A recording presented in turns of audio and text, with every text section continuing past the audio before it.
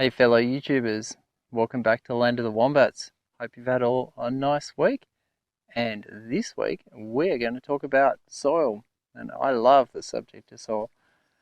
Right beside me is Ollie the dog, but also some of the potatoes that we planted 9 weeks ago. And these potatoes were planted in virgin soil. And one of the benefits of planting plants in virgin soil is that your yields are going to be higher. We rototilled the soil, and then we heavily mineralized the soil with blood and bone and also compost. We're also in the process of hilling up the soil around the compost. So earlier in the week, I went to the sand and soil supplier and I purchased a soil mix. Now this is what they call compost. Now it's hard to say what this stuff actually is, and it's hard to say what minerals are present, and that's always why I suggest you should add additional minerals to your soil if you're uncertain. And if this stuff is being sold fairly cheaply, it's probably not the best stuff for vegetables, but it's good enough.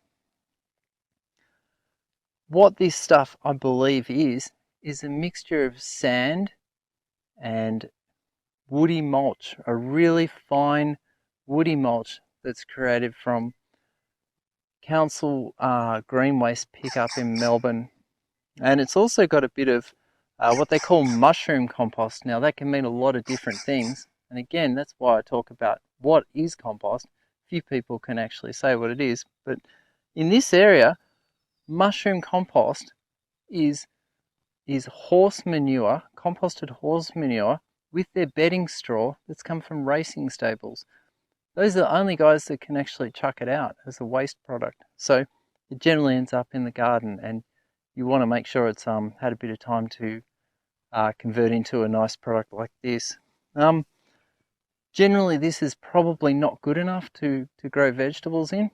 You really need to add like your blood and bone and your limes and your other stuff to it.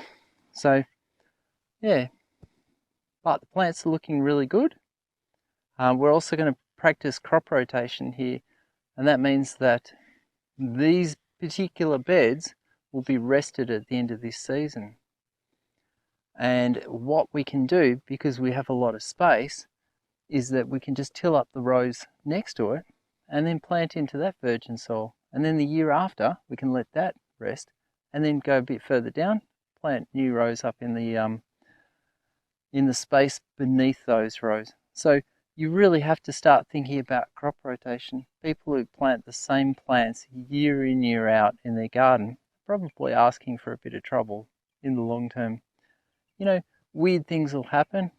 You'll get plant diseases, insect attacks, really strange things. And what you'll find overall is that your yield will go down. Now, I tried for years to get around the subject of crop rotation, and part of that process was bringing in extra soil from elsewhere. And that can help, but I don't think you can actually get away from not doing that particular task. Anyway, just some food for thought, and I will catch you all next week. Thanks very much for watching.